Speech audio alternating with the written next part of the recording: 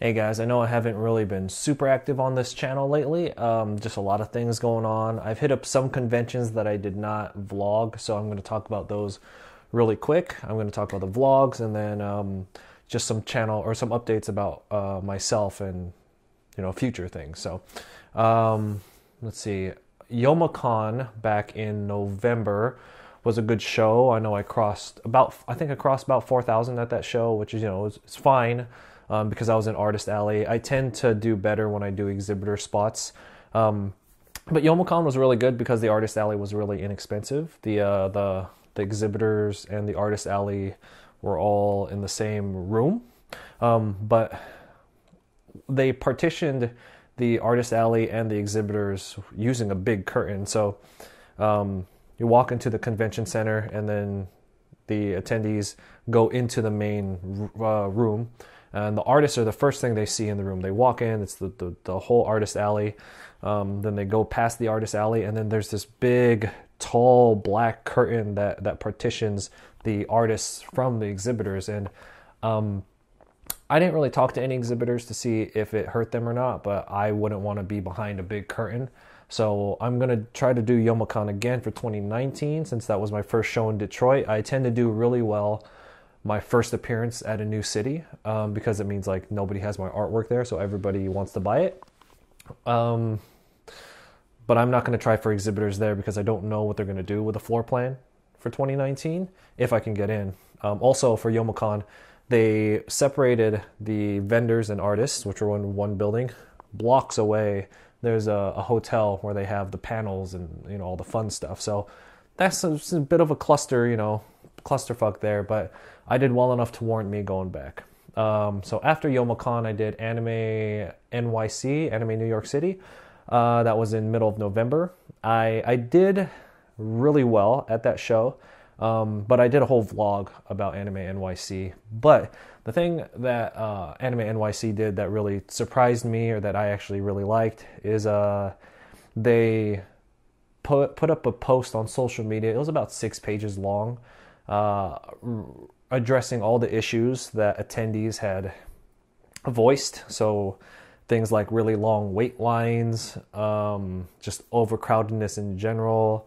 They had some badge issues. I can't remember exactly what it was. Transportation issues with shuttles.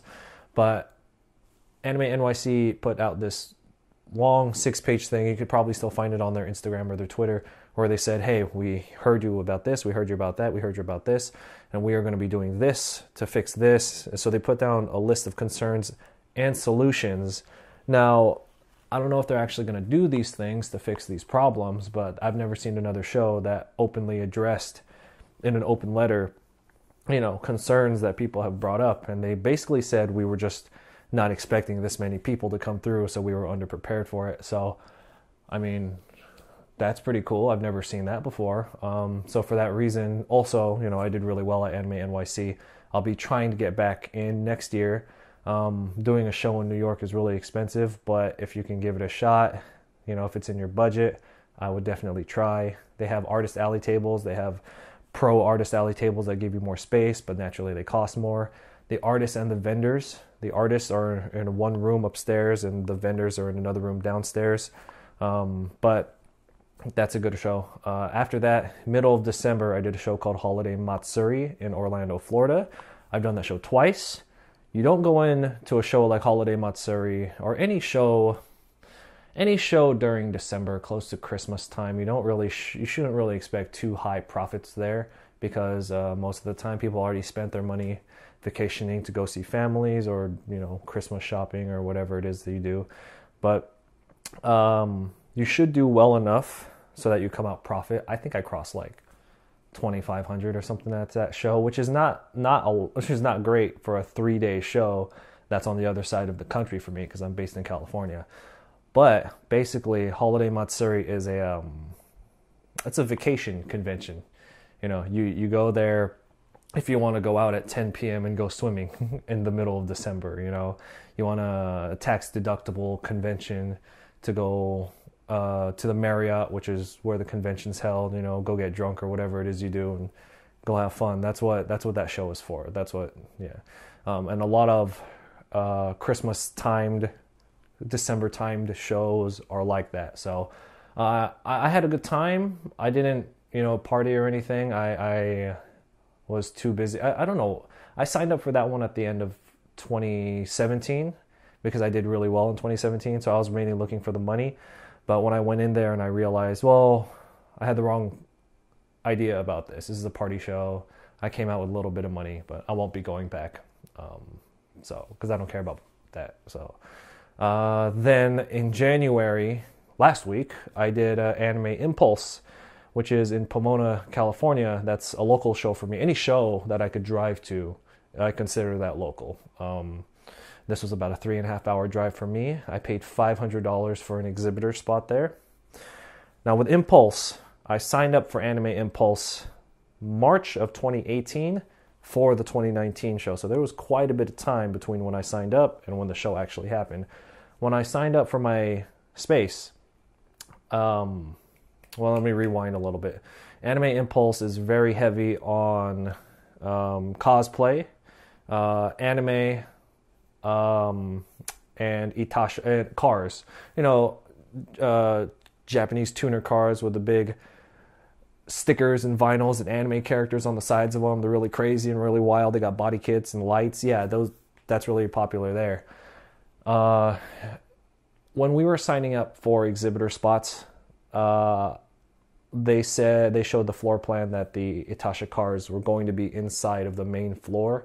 And Anime Impulse, for me, has always been very successful because I have a lot of car artwork that moves really well at that show. So I was like, okay, $500, get me this table right next to the cars, right next to the Anime Impulse merchandise booth. That was the spot that I wanted. Last week when the show happened, I went in there. They moved the cars outside. Not just outside to the back. So now I'm not near the cars. I'm not near the other artists. So I tried to talk to somebody about it. Nothing. They didn't give a shit. I asked questions about what happened. They said, no, it was always like this, which is bullshit because I have the email that has the old floor plan on it when I signed up. And, there's so many shows now that have people that run them who actually care about, the reputation of their show or how well it's run or how well they treat their people. And you pay to be there. You pay to be there. Without the vendors and the exhibitors, a show can't happen. You don't owe nobody anything when you give them your money, right? So there's so many shows that have people who run it that care. I'm not going to give my money, to an organization that doesn't. So you want to do Anime Impulse because it's local to you, make some quick bucks, get some experience. That's all on you. You ain't going to find me there ever again, though. And the funny thing is, I tried to cancel my Impulse table December-ish time. I tried to cancel it only because I wanted to take it easy on some conventions for the first quarter of 2019. At the time, because I had done well at Impulse the past 2 years, there was no reason for me to cancel it other than I just didn't want to do it, right? But they say I have a no cancellation policy. So I was like, okay, well, I'm $500 deep. I'm going to go and get it back, right? I closed that show. I'm not going to lie to you. I closed that show with $675 for 2 days of my time. That's like unacceptable, So, and I have a couple friends in the Artist Alley who actually did similar numbers to me, but I mean, that's still 2 days of their time too. So it was a pretty universal take that show was just bad. They treated us poorly. They overcharged us. They lied. Essentially, they did. They fucking lied. They said this is what it is. And they said here's A, and then when we get there, they give you B. So, yeah. Anyway, lost my train of thought, but yeah, that show's a no-go for me.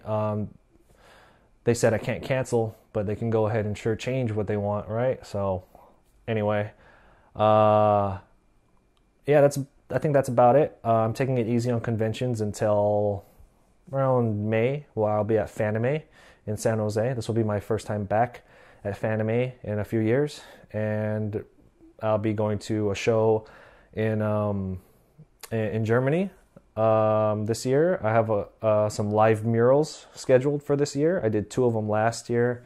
I'm scheduled for 3 of them this year, and it's just going to be a really busy thing. I'm working on my sketchbook.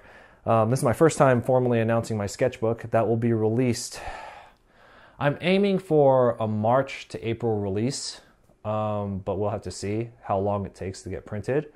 It's a sketchbook.